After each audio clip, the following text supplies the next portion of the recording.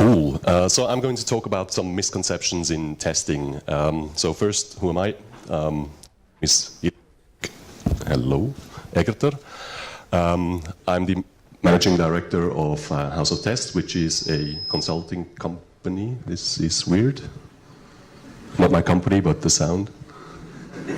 Okay. Sure.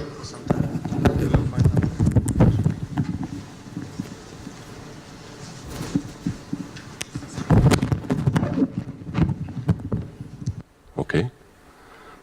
So this is interesting. So apparently I haven't tested it enough at the beginning, and so there you go.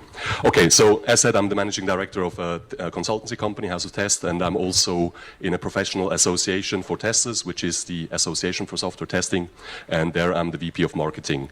And I also brew beer because I need to do something with my hands. That's interesting. Cool. Very important in this talk. So first of all, keep in mind that I may, replace that with your Russian profanity word of your choice, consultant. So question everything that I'm saying here. So be careful what I'm saying here. Use your critical mind of whatever I'm telling you today. Cool. So what is my problem? So first of all, I think we testers are pretty good at complaining. So that's one area we're really good at. We're good at complaining. So I will do some complaining in this session about the state of testing in general and some other problems. So what exactly is my problem? I have the impression in testing there's a lack of a systemic model that is really helpful. So we have the different flavors of, okay, testing is the stupid people's job. Testing is the part that failed developers do because they were not good at their job, so let's put them into testing. Then we have flavors of let's just automate everything. That's also an interesting thing. So I would like to put these things a little bit straight. Also in my life, I've been a manager for the past 12 years. And I worked at eBay for 3 years, and during that time I interviewed about 100 people. And so in my manager's lifetime I have maybe interviewed about 200 people for testing, and I have found that there are not that many good testers around. So I think that is a problem, and I want to explore a little bit why this is the case. In our industry, there are a couple of anti-patterns that I find very harmful for the craft, and anti-patterns are areas to stay clear of or not do. I find it quite a useful heuristic that if something is quick and easy, it's probably snake oil. Snake oil meaning that it's probably pretending to be something that it isn't, and is not really helpful. In Switzerland and in Germany and in Central Europe, we have a lot of certifications in testing. So there is the ISTQB certification that basically is an exercise in memorizing things and then putting them into multiple choice. That has nothing to do with skills. That has to do with being able to memorize things and give it into a multiple choice questionnaire.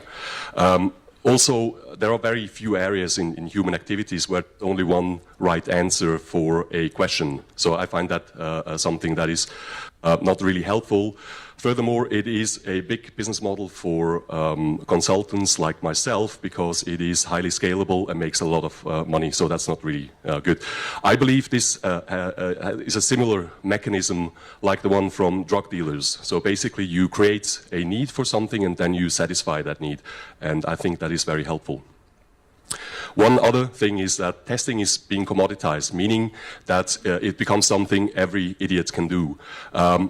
In the same line of that, some people have started to create standards in testing. So there is the ISO 29119, which claims to be the definitive standard for software testing.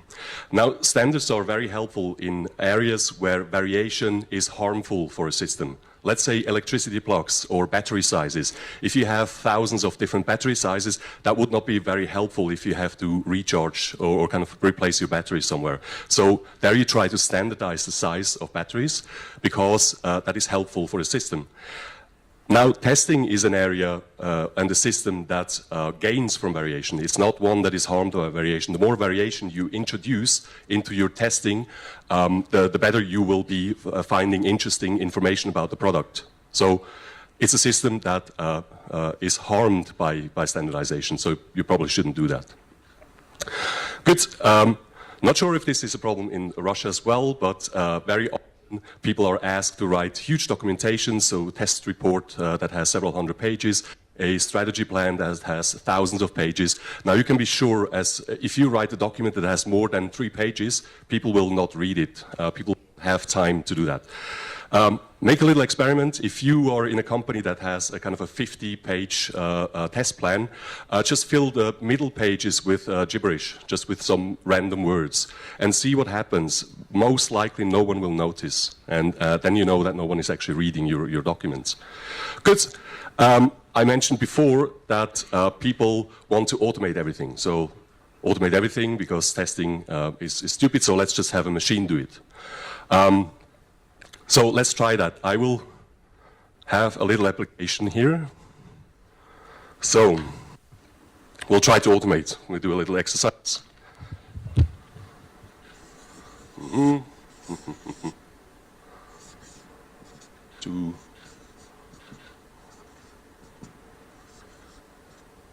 So we have this machine. So my company has developed an application which is really cool. So this is gadget. It's called Calculator. We think it will revolutionize how people will add numbers. And because we're a modern company, we try to make a minimum viable product, MVP, right? So we're modern. So we develop a bit and then we go out to the market and want to test it and see what the market feedback is. So this is a 2+2 calculator. So now, we want to automate all the tests that are possible here to make sure that there are no errors here. So, question to you guys first. You have this calculator in your hand, and then you press 2 + 2, and then the equal sign. What do you see here on the display? 4? 4? Do we all agree? Let's say, no, your expectation would be 4, right? So let's say we see 4, right? Everyone agrees? I did press the equal. Yeah, I did. Actually, you don't agree. Now you acted like computers. Because if you acted like humans, you would have noticed that the calculator is not switched on yet. So actually your expectation is, no, nothing happens. Now you're sense-making machines. That's what humans are. So you will know that this is not happening here. Okay, let's switch it on. Then usually what happens is that you see this, this little 0 here. Now I give you the first test case that we automate. So we press 2 + 2, the equal sign, and the expectations are we have a 2 here, a 2 here, 2 here, and here we have a 4, and then when we press the C, it goes back to 0. So this would be the first automated check that we implement. We have 1, 2, 3, 4, 5 little checks that we implement here. So we need to be sure that this calculator has no errors. So it's a 2+2 calculator. Everything else is out of scope. So 22 + 2 doesn't matter. If the world explodes, that's just fine. Also, the only sequence that is allowed is 2 + 2 equal, and then the C. And then you have to restart from the beginning. So you don't have to press the +2 twice or something like that. Again, if the expo center collapses, no problem at all. That's fine. Precondition is also electricity is provided forever. You don't have to check the battery. So what is the second test that you will implement here?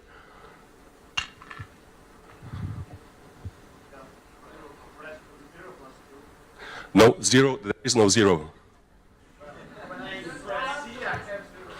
Yes. No, that's out of sequence, that's out of scope. So the only sequence you're allowed is 2 + 2 equal, and then C. And then you have to restart from the beginning. You can't start in the middle.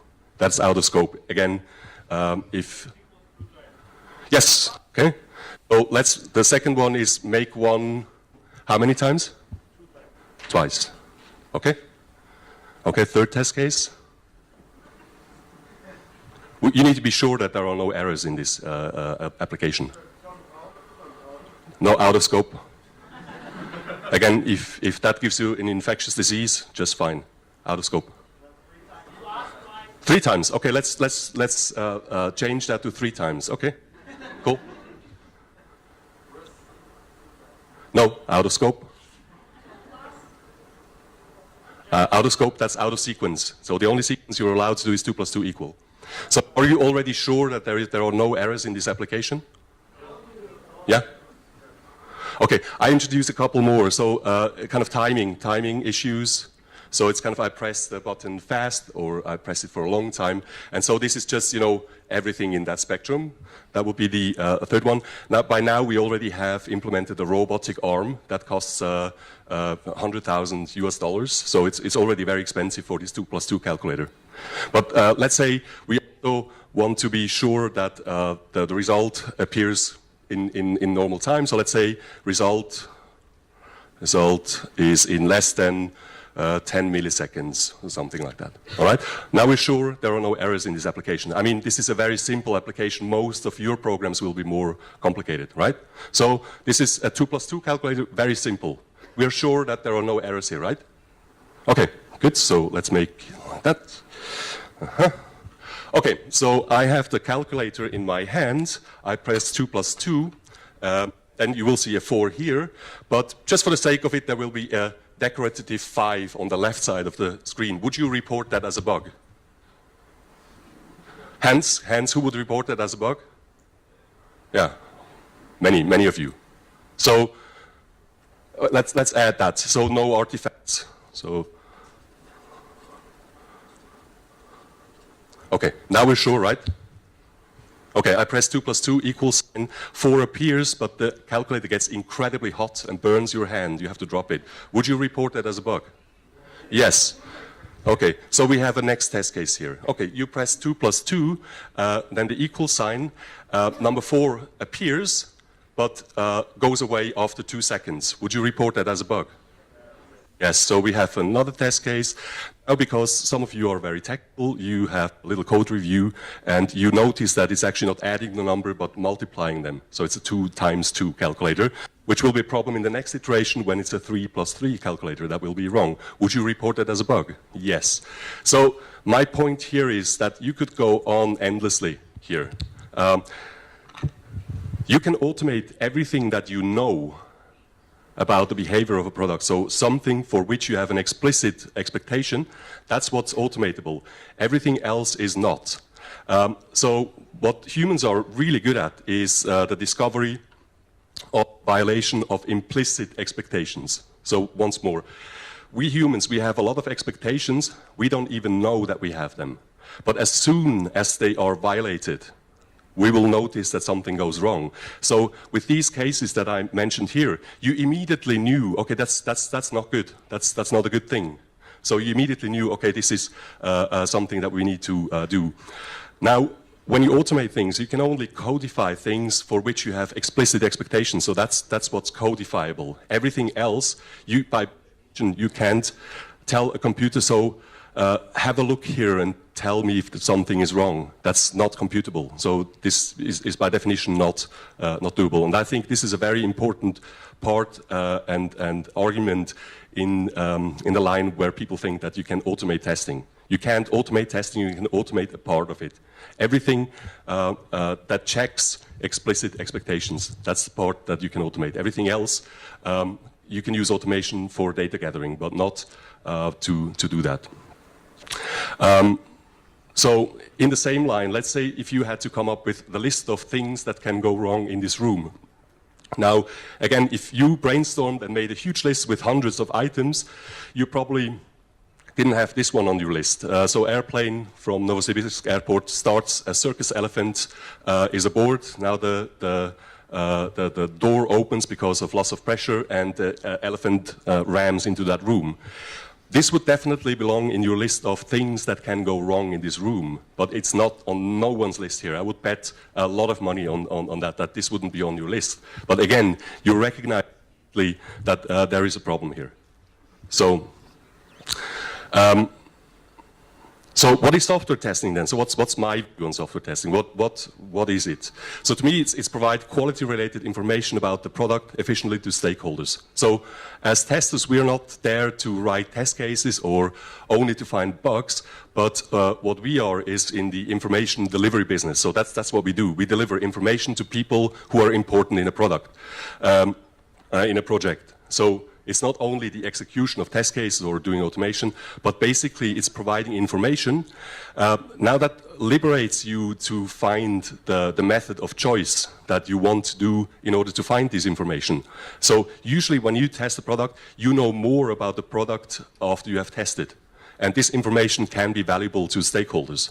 So that's, I think, is the essence of testing in the information delivery business and not in the execution business, which kind of sounds horrible because execution is not a nice thing.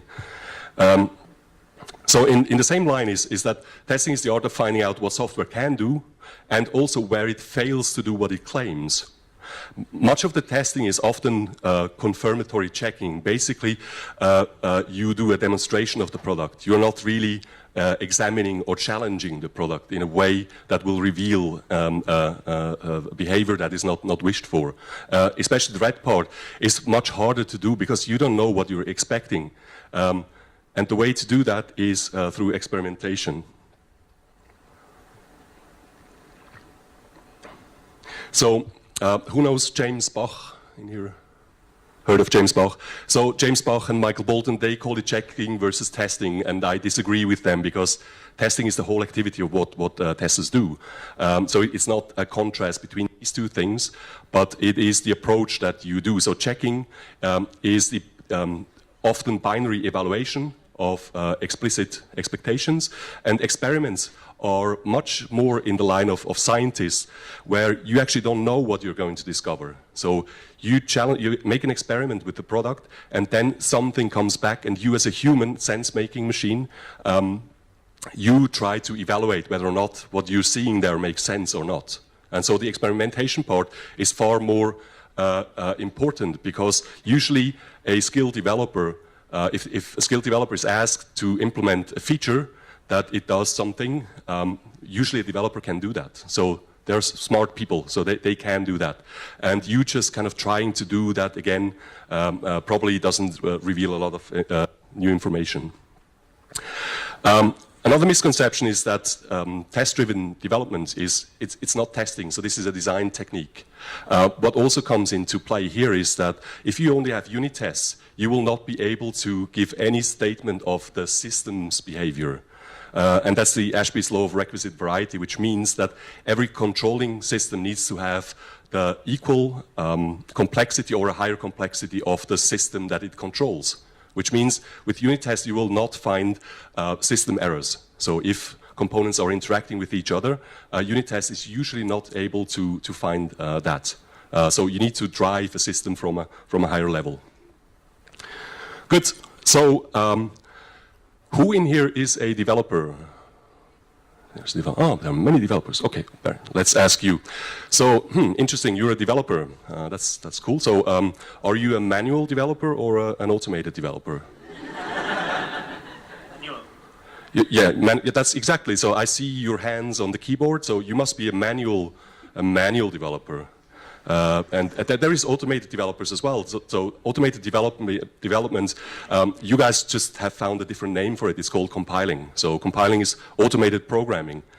You were smart. You just changed name, but you're a manual, just a simple manual programmer. Why don't you automate your work? So that would be real engineering, not kind of you having manually typed the keyboard. So to me, the point here is that the distinction between manual and automated testing doesn't make sense.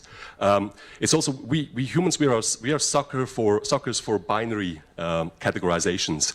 It's big or small, or it's black or white. So we like to have this contrasting binary system. It's either this or it's something else. And so we really fall in love with that. Now in testing, that has some problematic issues with it, because if you call someone just a normal manual tester, that sounds like someone with a shovel kind of, taking sand from here and putting it over there. So manual testing has a lot of this connotation of unskilled work. So the manual tester is just a stupid person who probably failed in development and is now a tester. So you can only use them for manual testing. But then there are the shiny automated testers that kind of, they have nicer desks and a better chair and everything and higher salaries because they write code, they do the sophisticated thing. So it doesn't make sense at all.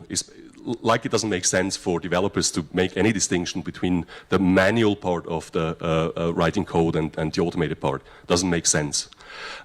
So to me, what would make more sense is a kind of a sliding scale, and which is guided by the degree of interaction that you as a human have with the product. So what manual versus automated also prevents is the application of quick scripts that will just make your work faster. So when I worked at eBay, my testers, they often wrote scripts that made their job faster. And these scripts, they just threw it away after the project. They were not used, not maintained, no version control, nothing. And they just threw it away. So I would say the degree of interactivity would be a better categorization. So here what we have is software testing is not complicated. So you might disagree. Well, yes, it is challenging. It's intellectually challenging. But that's not what I mean. There is a model by Dave Snowden, which is called the Kinefin model, and it separates the world into ordered systems and complex systems. Now, ordered systems are the ones that are they are graspable through analytical means, which means that they have a predictable behavior. Whereas complex systems, usually you have to perform an experiment and then see what happens, and then that happens. So now, complicated is the area, for instance, of car production. Now you do a lot of documentation, you try to refine every step that you're doing and make it better over time, but that's not what software is. So we can't really use the model of assembly line production. That doesn't work for software. Good. So as a good tester, you understand that analytical approaches will fail in complex environments. Now, analytical approaches can be helpful, but the expectation should be that you will not fully be able to control the system. So complex systems are tackleable by parallel experiments, things that you do in parallel. And some of them will be successful and some of them will not be successful. Good. A couple of personal properties of testers that I think are useful. Now, if you're a tester, you should be able to think in abstract terms because you're building a lot of models. So if you can't do that, probably testing is not a job for you, and software development isn't either. Now, if you're not a technical tester, so let's say if you haven't studied software engineering, then the level that you should achieve is called interactive expertise. This is a term claimed by Harry Collins, who is a sociology professor. That means that you should be able to have a meaningful discussion with an expert without you being an expert. So you should be able to have a meaningful discussion with a developer. I think that's the minimum level that you need to have as a tester. What I also noticed a lot, so in my interviews, what I usually do is I have people take notes about something, and then I want to see these notes. Most people are horrible at taking notes. So if you hone that skill, that will be helpful for you. Writing is super helpful in your own learning, because when you write, you read your own thinking. So that's one of the part that is helpful with writing. The same is if you take notes during a presentation, your brain processes that information differently than if you don't take notes. You will memorize more without even having a look at your notes. So writing clarifies how you think. Curiosity. Who has kids? Who has some 3 to 6-year-old kids? Yeah, so these are the grandmasters in curiosity. Try to go from A, so you guys know exactly what I speak, try to go from A to B fast. And then you have this snail child who is kind of distracted by everything that's on the way. So kids are really good at teaching us curiosity because they see things that we just don't notice anymore. Good. Of course, you should be a personification of precision and accuracy. What also helps is a healthy sense of humor. I think this is not only claimed by testers. I think collaboration between humans work much better if there is a sense of humor in all that. If you take everything that serious, then you will die of heart attacks. Good. What else is there? So I'd like to advertise a little bit about community building. So you guys are here at a conference, and you will get to know a lot of new people. Try to exchange your thinking and build your network in your community. Because the more network that you are to other people, the faster your own learning happens as well. And you will get to know much, much more than if you just stayed in your office and talked to your colleagues in the office. Good. Network testers. So if you're interested, I have a couple of pointers, and if you give me your card, I will also send you a list of links. There's Testers.io, which has several thousand testers in a Slack room. There are many communities where you can join for free and just exchange your thing. And if you have a problem in your daily work, you can just ask these people. So that can be very helpful. Then, of course, I need to advertise for the Association for Software Testing, which is a professional association for testers. So what we help is a lot by community building. So if you do a little meetup, we give grants, so we give financial support for tester meetups. Say if you have to rent a room somewhere, you can ask for a grant for that, and the ASC pays for that. What we also do is education. So there are some webinars that take 4 weeks, which are very helpful, and they cost not much money. So then Twitter might be useful. So these are just that. Go to conferences. That's a helpful thing. Again, so do you have your personal list of testing blogs that you read frequently? Have that? Yeah, some of you have. Go online, have a look what's out there, and then also apply your own judgment. Not everything is good. So there is a lot of crappy stuff on the blogging side. So you need to be able to find and see what's really good and what's not. So as said, the education. So who has studied software testing at the university? Who has a master's in software testing? No one.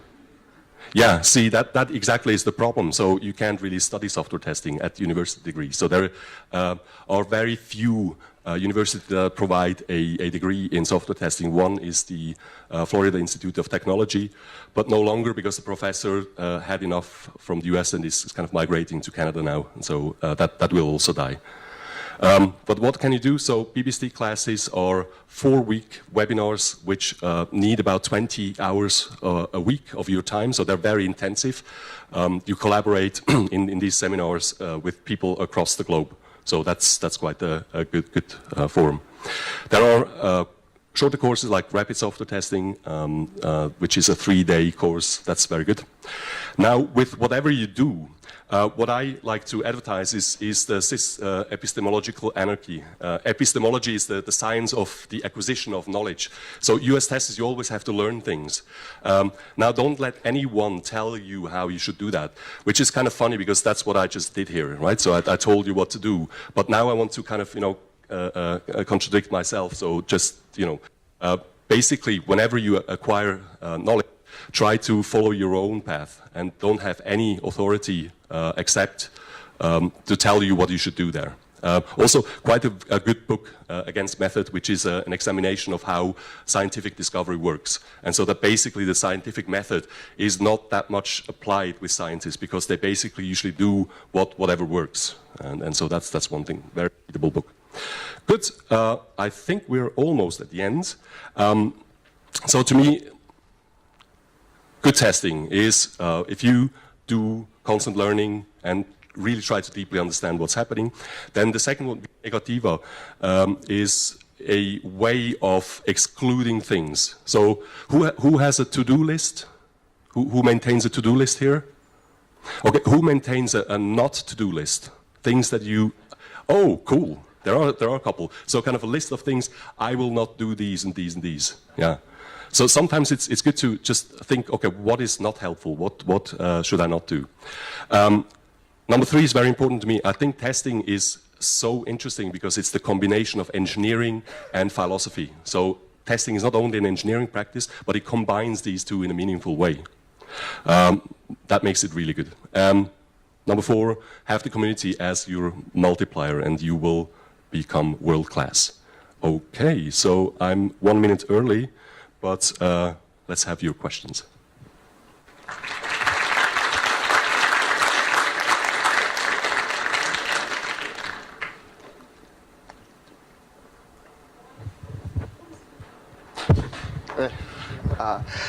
You told that testing is exploration. It's about to find new ways, but any experiment can be planned or can be random.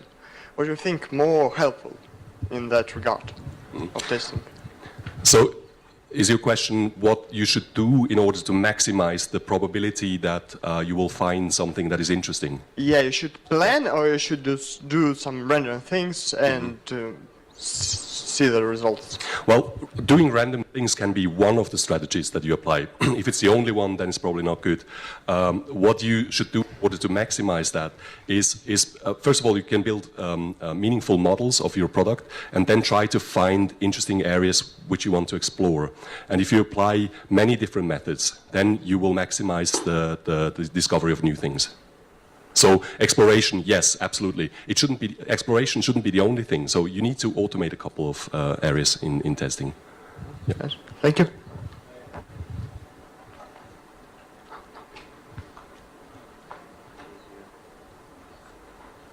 No. You said some things about unit testing and system testing. What's your opinion about like mutation testing, effect detection, like the opposite, not having a definition of what should work, but getting knowledge of changes in the system? Yes. Observing. Well, I think monitoring is also one of the things that needs to be in the tool set of testers. So whenever I say something like, okay, unit testing, it doesn't help, it doesn't mean that unit testing is not good. Unit testing is essential. So I think for a skill tester, if you're in a project where developers don't do unit testing, then you're in trouble because you will find very obvious errors that shouldn't happen in the first place. So I think so to me, unit testing is part of the basic principles of being a craftsman and just doing your job right. And if that's not there, that's not good. Now, mutation testing, yes, absolutely. So what I'm trying to vote for is that you should apply as many possible testing areas that you can. And what about the systems that observe the changes? You don't have a specification, you just define that previous build has some difference in behavior with current build. And you're checking it, is it a good thing or is it a bad thing? It's a very good thing because it installs an observer of where there are meaningful areas that you should explore. So it gives you areas and ideas where you should dig deeper. So it's absolutely a very good method to know, okay, where the changes happen, and probably that's areas that you should have a closer look.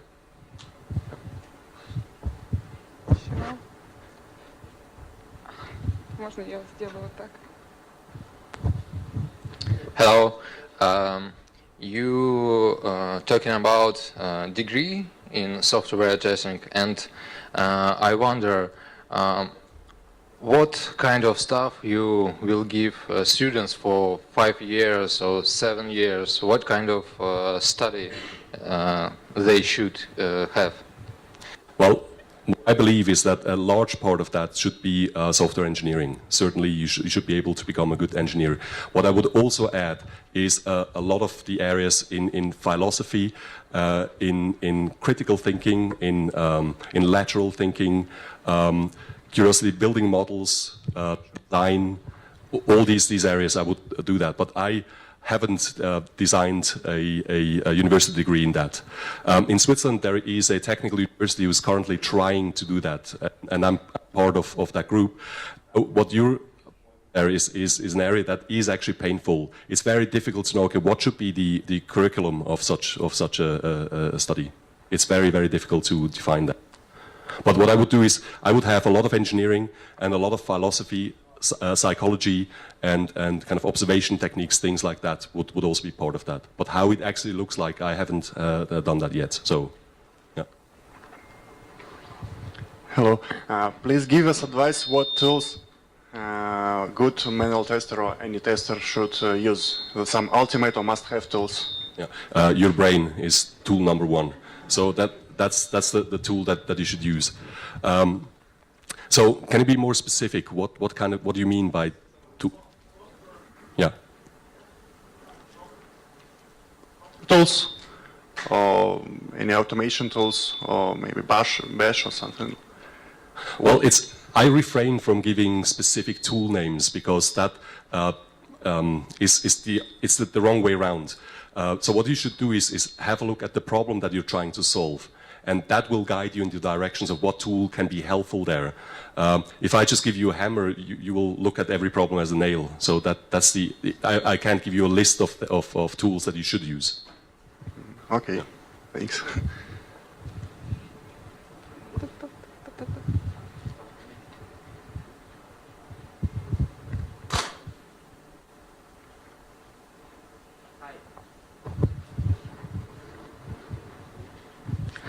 One, two? Oh, yeah.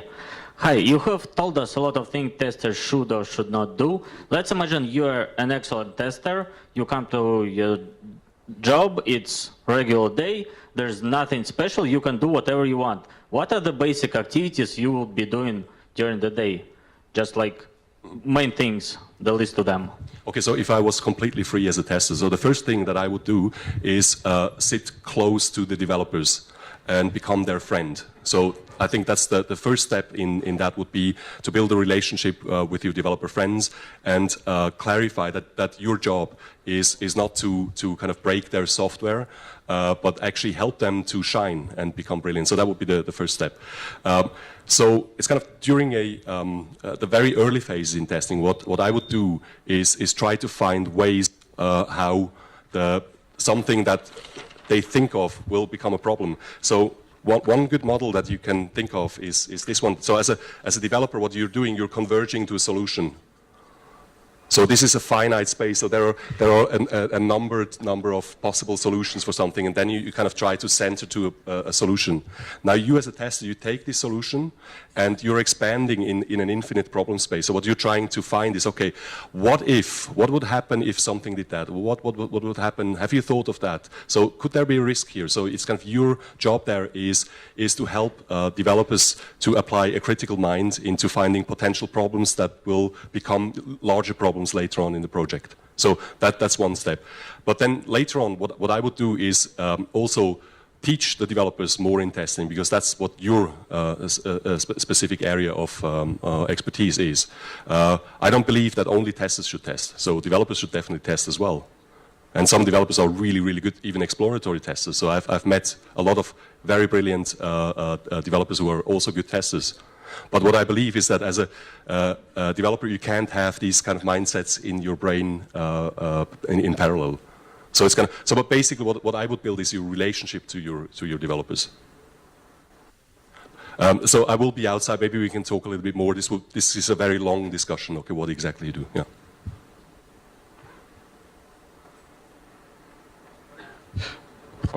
Меня слышно? Да, отлично. Thank you for your report. You asked about manual developers versus vice versa automated developers. I use some code generation. My colleagues use code generations, but no one use some tools for automated generation for tests. What can you suggest to do this?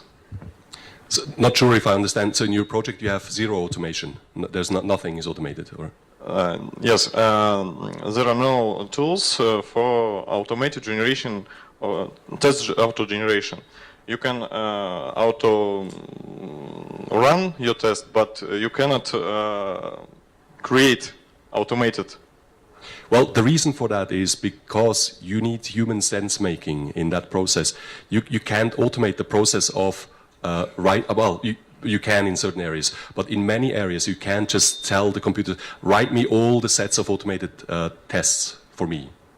This is your brain work that you have to put in there. So I don't think that you can automate that, because you need to make a selection of, okay, what is the important area? So what are the risks? And this is only based on human judgment, not on machine judgment. Thank you.